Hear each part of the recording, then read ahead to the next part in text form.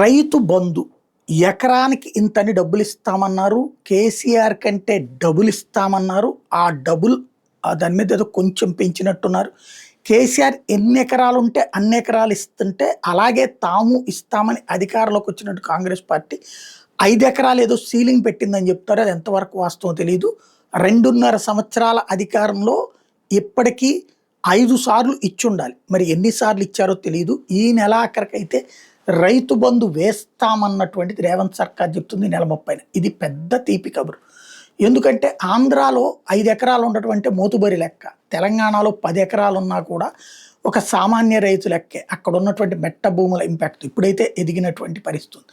వాళ్ళకి ఈ డబ్బులు ఇస్తే కనుక రైతు బంధు డబ్బులు పడితే ఒక పెద్ద ఊరట, సంతోషకరమైనటువంటి అంశం. ప్రతి 6 నెలలకి ఇస్తామన్నది ఇచ్చారా లేదా నాకైతే ఐడియా లేదు. నేనైతే 2 సార్లు విన్నాను ఇచ్చినట్టు. అప్పుడొకసారి ఇప్పుడొకసారి. ఇంకెన్నిసార్లు ఇచ్చారో తెలియదు. అలాగే అన్ని ఎకరాలకి ఇచ్చుంటే కనుక నేను చెప్పేది నాకు పూర్తిగా అక్కడ అవగాహన లేకుండా మాట్లాడినట్టు. అలా కాకుండా 5 ఎకరాలకు సంబంధించిన ఇస్తుంటే కనుక అది ప్రజల్ని మోసం చేసినట్టే. ఏం జరుగుతుంది అనేది చూడాల్సి ఉంది.